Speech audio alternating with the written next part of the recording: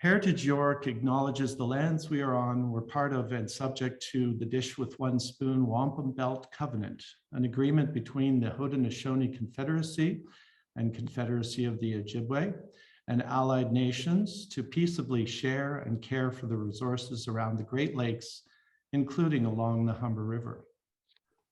We also acknowledge this land has been sacred territory of ancestral Wendat and Tyanantati First Nations, the Haudenosaunee, and most recently, the Mississaugas of the Credit First Nation. Today, Toronto is home to many Indigenous people from across Turtle Island, including the Métis, and we celebrate the covenant which binds all generations to protect and care for these sacred lands on which we gather today. So I'd like to turn it over to Madeline to introduce Dr. Ewins. Thank you. Dr. Peter Ewins is an expert in endangered species, particularly in the Arctic, which was what he devoted a great deal of time and of his life to with the World Wildlife Fund. But now he is he's a very kind and gentle leader in the environment, inspiring others with a love of Mother Earth, and is being very creative with native plants in gardens that are resilient to climate change. And one of the projects that he's been working with most recently is called Project Swallowtail, for the swallowtail butterfly. And Dr. Ewins, they're all yours. All right, thank you, Heritage York, Lambton, and Madeline and Chris. So here we go. Has everyone got a full screen in front of them? Good stuff. Okay, thank you again. My pleasure here. Doesn't really matter what the title is, because this is all about community reconnections of people with nature in gardens, which surround most of us. So restoring nature, one fusion garden at a time, creating beautiful and helpful, sustainable gardens. Some of you, and there's not many of us, but we're a quality bunch. Some of you already are doing this kind of stuff, but I know this is being recorded, so others who can't be here will perhaps tune in later. So I'm going to talk for maybe 40 minutes and then we can have a chat for the back end. That's okay. It's always the best bit for me to hear what other people are wondering and their ideas and questions, etc. So a little bit about me, because I know a few of you, but not all. The second bit is really the context, you know, why this is such a big deal now. And then finally, I'll get into native plants, Project Swallowtail, as Madeline said, the whole basis for really accelerating changes in ground cover. And then I'll give you a whole pile of examples of what I call fusion gardens, really, not just pure native plants, but a pragmatic and very appealing and sensible hybrid of many different plants other than turf grass. Okay, so this is me, the quick version. Top left is I was raised in the English countryside.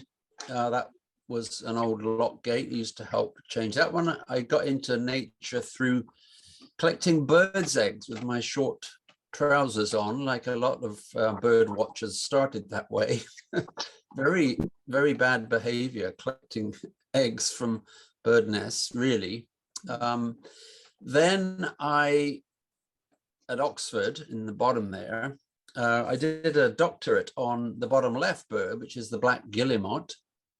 or tasty as it's called, a seabird that was really decimated by the first oil terminal that came to the UK. And of course, Oxford University got the contract, and I had a chance to go back to the Shetland Islands, where I studied that thing like crazy.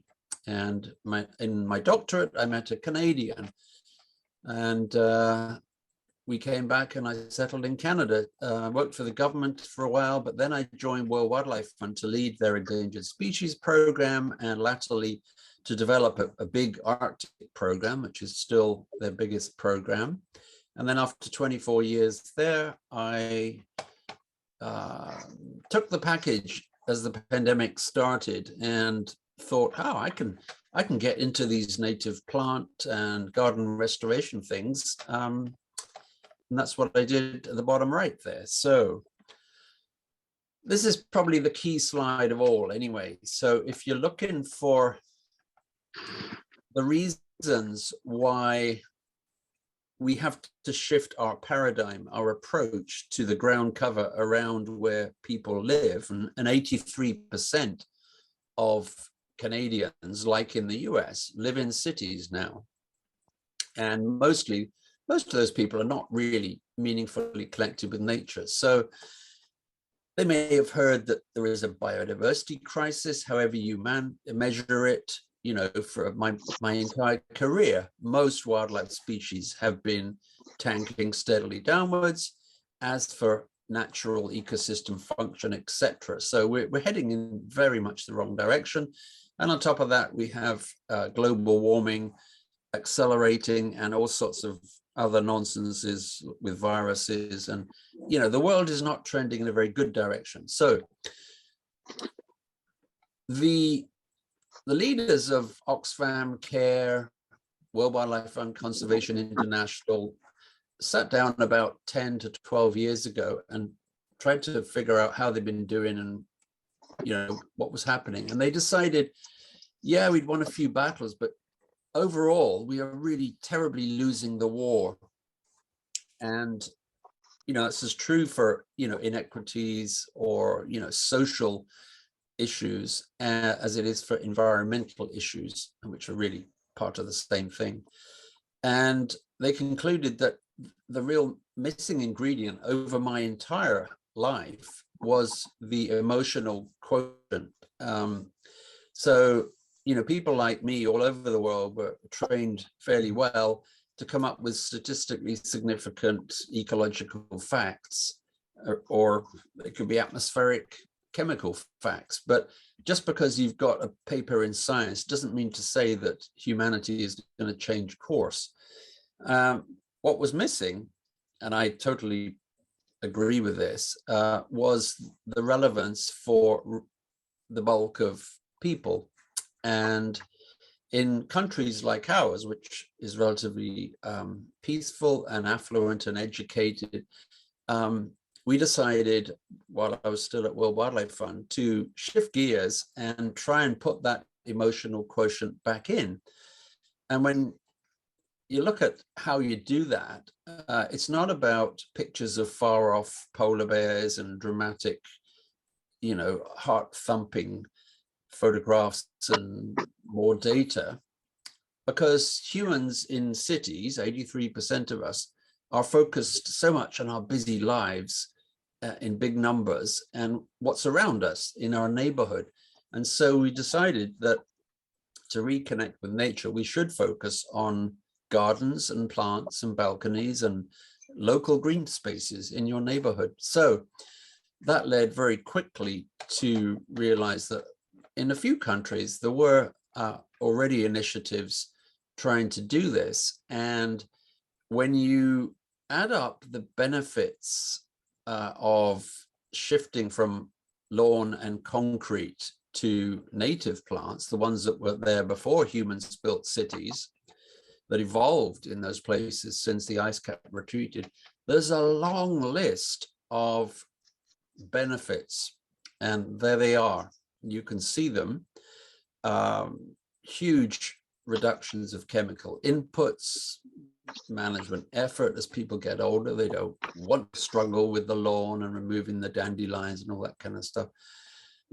big reductions in water consumption, increased water retention, storage of greenhouse gases as contributions to changing carbon fluxes, increased shade for buildings from trees and other ground cover, major cost reductions, which attracts property owners and managers of all scales and sizes. Of course, there's an intrinsic benefit to biodiversity because the food webs that were here before the settlers started building cities were the ones that were adapted to these climate conditions at these latitudes, et cetera, et cetera. And then, of course, if you're interested in emotional quotients and human reconnections to nature, of course, the human well-being factor, while difficult to measure, is actually well understood in terms of nature deficit disorder. And it's pretty clear to psychologists, social scientists, that withdrawing that contact with green spaces and nature and animals, insects, etc., can be a major contributing factor to human mental disease. So there we are. It's pretty compelling when you add all these things up. The current situation across North America is, I think, best summarized by this chap,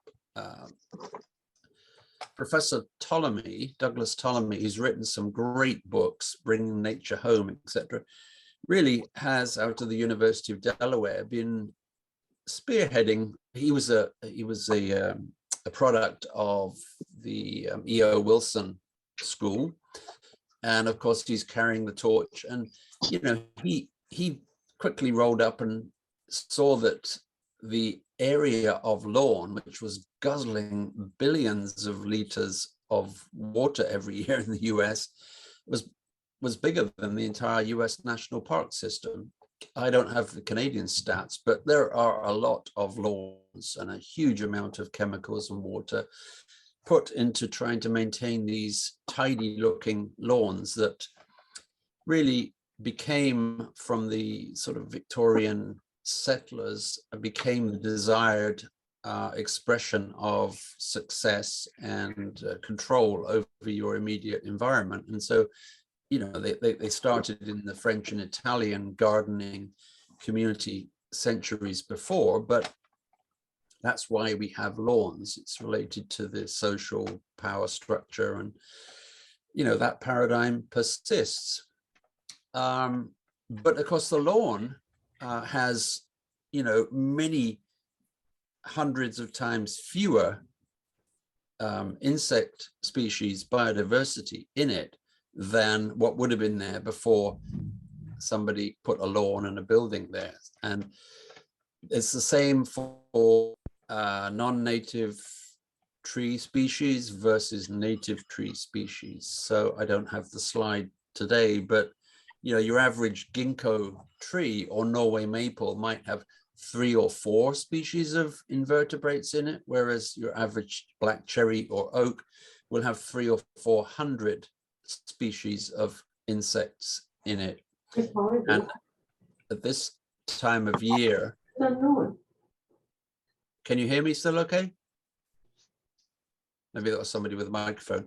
Anyway, the case is obvious. You know, the lawn is really a desert, as he calls it, an ecological dead zone, on top of consuming vast quantities of chemicals, fertilizer, pesticides, herbicides, and water, and greenhouse gases for tractor mowers, etc. So it really, in today's world, given these crises, is just a long overdue, outdated practice that young people today are increasingly realizing is an embarrassment. So we are in an era of major paradigm shift. This is really the killer slide. So the very left-hand species is lawn grasses, turf grass, Kentucky bluegrass, with roots about yay deep at best. Whereas the vast majority of the hundreds of native plant species that did evolve here where the lawn is now, have roots that are 3 to 12 feet deep. And that's because when they evolved, there were no people watering with hose pipes. There was just Mother Nature. And in many parts of southern Canada, as in the US, the summer had very long, hot, dry periods. So if you're a plant, you have to be able to find some water, and you do that by evolving deep root systems. So that fast forward to this water, heavy water use for turf grass, because when it's hot and dry in summer, if you don't water it, it turns brown and can die. Whereas the native plants are quite able to draw on the deeper water resources because they have deep roots. So there you go. Major saving to the city of Toronto, where pumping water is one of the major budget items at the city. So I expect some of you are pretty keen, good gardeners. I put this slide in as a guide for those who perhaps were feeling a bit embarrassed about having so much lawn, so wanting to get started. What are the key considerations before you start? Because there's quite a lot of people have, scattered some, wildflower seeds, and you go and ask them the next winter how they did it. Oh, nothing came up. Well, it is important before you start to take a bit of grass away and put in some native plants or much better plants. They can be non-native as long as they're not invasive. But it's important to get the right species into the place you're targeting. So knowing whether it's a shade or a sunny or part sunny spot is pretty important, because there's different types of plants evolved to those different settings. Similarly, soil type. Well-drained sandy soils, some plants will thrive, but they won't do so well in heavy clay, poorly draining soils. Similarly, very dry areas underneath a Norway maple, a lot of plants won't survive there. You have to be a very specific type of plant to get enough water in those kind of situations. It's important to look where you're getting your native plants from, because there's a bit of greenwash goes on these days. People say wildflower mix, but they're all varieties developed in the US in a different seed zone, and some of them don't do at all well through the Ontario winter. Another big consideration, if people are looking at changing some lawn or ripping up some concrete to put some useful plants in, is what your neighbors think. And sometimes a lot of prior discussion with your neighbors and friendly relationships is a good idea, because those plants are often a bit taller and they look different. They don't look as tidy as plastic lawn or close cropped green grass that's dark green because of all the chemicals you put in. Another factor is the four-leggeds. Certainly people who have dogs have a tougher time trying to establish some delicate plants, especially in the first year or two. So you have to factor that in, or means like fences and other things to keep them off. And in gardens like where I live in Roncesvalles, of course, if you're planting anything with a bit of newly turned soil, the squirrels will get in, and you come around the next morning and they've dug everything you just planted up. So you got to figure out how to deal with that. Then, of course, even though it takes a year or two for native plant communities, the plants to establish, there is some work needed, especially in that first 2 years, to water them and keep on top of invasive weeds. Quite often the neighbor's garden has, you know, goutweed or creeping bellflower or things that just march in, and you've got to put in a bit of effort to stay on top of that. And yeah, that's the invasive and alien plant species. I believe that around half of the plant species that experts have listed in Toronto are actually not native to Toronto. They come from far-flung corners of the world. So we just have to deal with those things. Some of them are worse than others, but that's the world we're in. We're a cosmopolitan species. So a number of years ago, along with a chap called Clement Kent, we had a glass of wine or two and decided we needed a you know, community-based initiative in a wonderful city like this to reconnect people. We called it Project Swallowtail because there was lots of monarch butterfly initiatives, and of the insects, I think the swallowtail species, there's 5 main species in this part of the 5 main swallowtail species in this part of the world, were really the most colorful and attractive for regular folks. So this wasn't in service really of swallowtails or, you know, the converted ecologists who just love all these nerdy, beautiful species. This was about appeal to the general public to get on board with at least planting a few plants to see what would happen and thereby feel that they're reconnecting with nature. And yeah, it's well known that once people start, and these native plants, as soon as they flower, it's almost just a few hours before a number of pollinating insects actually find them, including butterflies, but certainly many of the 350 plus native bee species have this amazing ability to find these through pheromones. They find these flowers, and that is a very positive emotional feedback. You can sometimes see it with little kids and families, and that's a really good validation of this emotional quotient that I talked about at the beginning. Anyway, Project Swallowtail started. Initially, it was in this little project area, pretty much the Humber to Yonge Street, and it was actually a collaborative project. I, of all the people, kind of insisted that this not be owned by any one organization, because all of these great organizations had a habit, actually, when you look back at a few decades, they come up with great sounding, well-constructed, sometimes well-funded projects, but they have a lifespan of 3 to 4 years, sometimes 5 years, and then they're on to something new.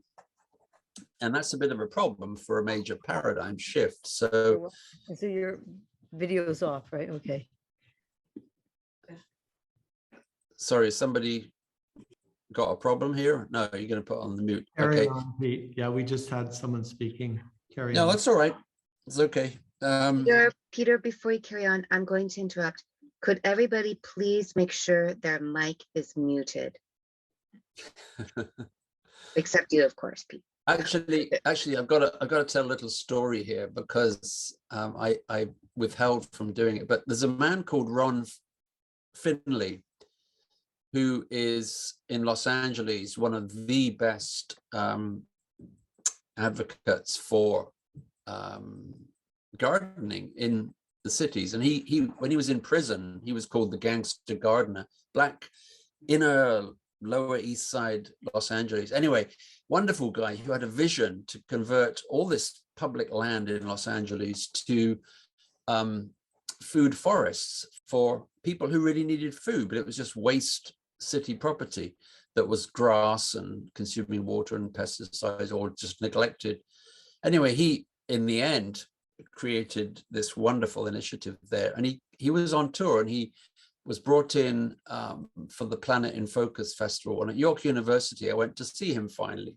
Very quiet, well-spoken guy who knew his stuff, and it was packed up there. And he got about 10 minutes into it, and somebody's phone goes off, and he stopped, And he said, no, it's okay. Go on. It must be important. I'll wait. This person just rushed out, highly embarrassed, you know. But anyway, so these are the main organizations that really are collaborative in Project Swallowtail. That they're the bigger organizations, but really it's a collaboration of everybody from each street, each neighborhood, each district. And that's the whole point about the project, is it's based on key relationships. And in every neighborhood, because humans in all cities, we tend to behave the same. We have a few people who are great connectors and others who follow. So it's about neighborhoods and the relationships in those neighborhoods. Again, trying to get people to shift one garden at a time to growing better plants. So we termed it block ambassadors. So those people who know something about gardening, and of course, you know, I'm one of them. Lorraine Johnson is another one. I mean, she's on the steering committee. This wonderful book that if you want to get into native plants, this is the Bible you need.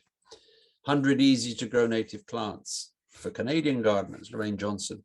And then Sharon Lovett, who's on the call today, and Sandra Pella, who's also on the Zoom here.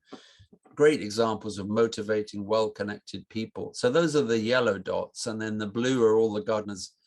Oh, that was a year and a half ago, I think, where they are. And as you can see, you know, it's sort of spread out well beyond the Humber to Young Street. And that's because people are connected. So some of these things up in spots in North York or Scarborough, that might be a former neighbor or, you know, the sister or children, you know.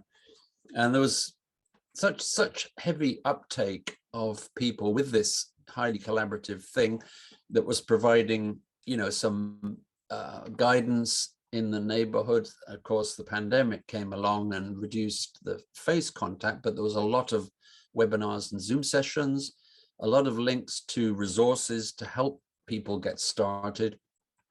And we've just started now to schedule and have more of the sort of garden tour based street by street events, sharing knowledge and motivation.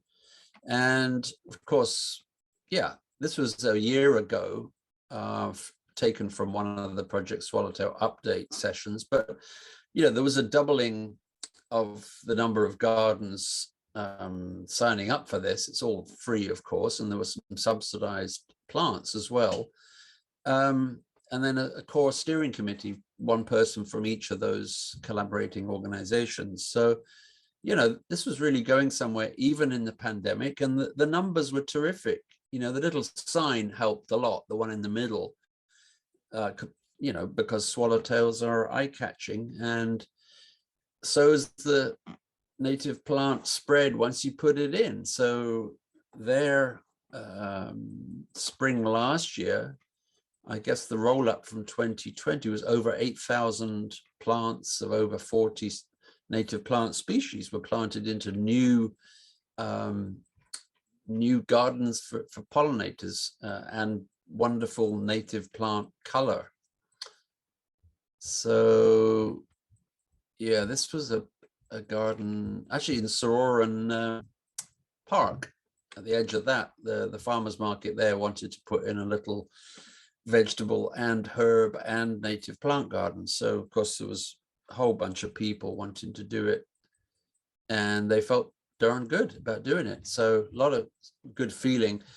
Oh yeah, I should have put this in earlier, really. So for those who don't know the difference, these are some of the key terms. Native plant species are the ones that were here before Toronto, basically, before Europeans started bringing in plants and seeds from all over the world. And those non-native plant species. I call them aliens. Those are the other half of the plants that you'll find today in Toronto. So quite a lot of the non-native ones, when they land here, actually become invasive. They seem to have an advantage and be able to exploit and the niche and spread, like dog strangling vine or the grasses or creeping bellflower. There's hundreds of them that are invasive. Actually, there's an entire invasive plants council and strategies to get rid of them. But once they're here, a lot of these plants are very, very hard to eradicate, as people have found with Phragmites and numerous others. But that's different from aggressive plant species, because there are some native plant species which are just aggressive, and they can squeeze out and push out other plants. A common milkweed is one example. I actually don't recommend people plant that. If they want diversity of plant species, there are other milkweed species that are less aggressive, but like Norway maple is a very aggressive, successful species, and there are many others. But pollinator gardens is just simply a garden that people design and use to increase the number of flowers producing nectar and pollen to favor pollinating insects. And often that spans the 9 months or so when there's insect activity. So you have to have different flowers there. And then fusion gardens, which is my favorite term, is really, I stole that from Sean James, who's a very good landscape gardener, been doing this for 20 years, and he's a good communicator. But his fusion is really a blend of native plants, non-native plants for color, food plants, herbs and others for local food, and also the structure and the look and the feel with appropriate things like sculptures, or using things that the resident actually enjoys in the garden to make it more appealing and enjoyable. So I like that term because the fusion of all those things, I think, maximizes the appeal for people in the houses. And you can see I keep coming back to that, because my ultimate aim is to increase as much as possible the number of people who are interested in gardening with something other than plastic gnomes or grass. There's a fusion garden. That is my back garden. Once the kids grew up enough that they weren't interested in grass, well, when we bought this house 26 years ago, it was a 6-car asphalt parking lot. So we took that up and put grass down because the kids wanted to go and play and have picnics and water hoses. And then once they got to 12 or 13, that was all finished. And this fusion now is my oasis in the city, if you like. So on the right-hand side, it's changed a bit since this picture was taken a few years ago, but the right-hand side is mostly native plants. And at that time, you can see rhubarb, which is still actually close to the house, in the shade of the house, and even laundry, whirligig washing.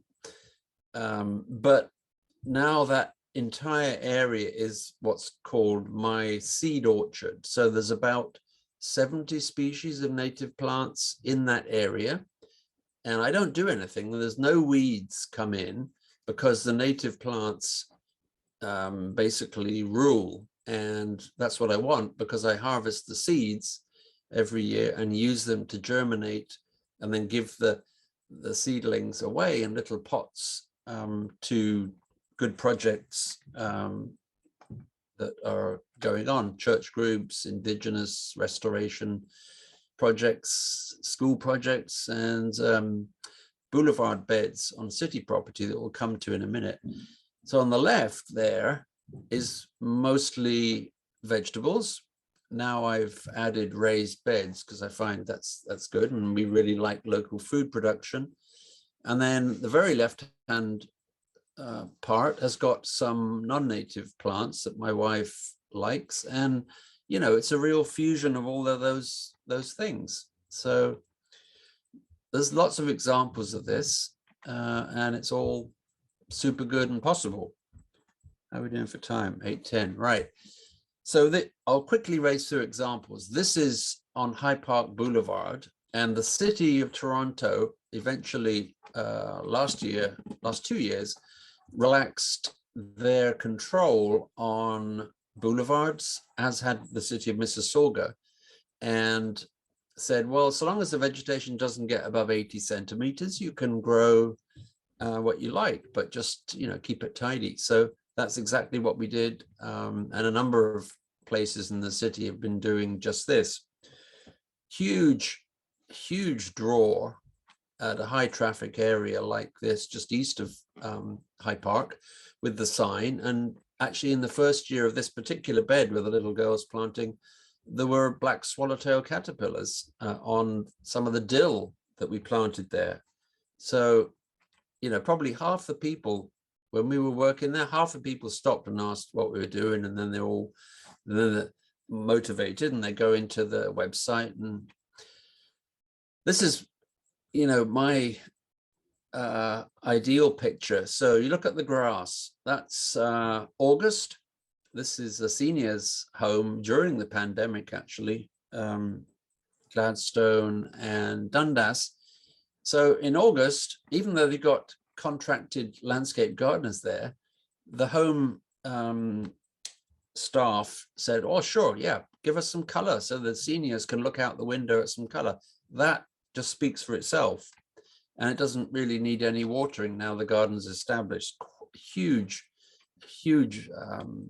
reminder of all those things in the early slide about the benefits and the reduction in draw on water and chemicals.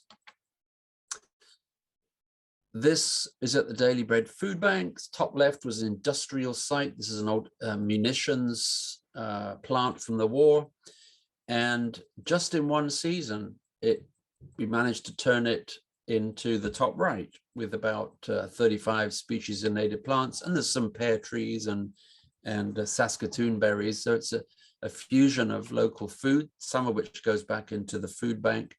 And the number of pollinators went up to pollinate the food crops and fruit crops because we supplied a diversity of native plants. And then with my gardening partner, we formed a little company and started doing garden makeovers. So this is one on Galley Avenue in Roncesvalles. Weedy patch. The lady said, oh, I really want it to look smarter and have, so there it is. It doesn't take long before you've transformed it to some beautiful flowering plants. Usually it thrives from the second year onwards, but in that particular example, it got there in year one. These are two fusion gardens that we did last year on Shore Avenue. Here's one on the left, that's just down the street from me in Wright Avenue. That's Katie Petrie, and in the background, Sandra Pella, who's on the call here. And that was under a Norway maple. It's looking really good right now. So, you know, it's remarkable what you can do with a bit of savvy as to how to manipulate the conditions. It's south facing, but Norway maple roots are a huge challenge, but those two experts have won there. And then, you know, the colors, that's my fusion garden at ground level, and you can stand there mesmerized by any any one day, you can probably see 30 or 40 different types of bees and insects and butterflies. Another part of this is, I mentioned collecting the seeds. Well, I inherited, I think, from my grandparents, some green thumbs. So I actually grow thousands of seedlings every year and winterize, vernalize them outside as nature. And then they germinate around this time of year, and eventually they go into pots and I can give them away. So there's a lot of great places to find this kind of information. Other than Lorraine Johnson's book, there's the North American Native Plant Society.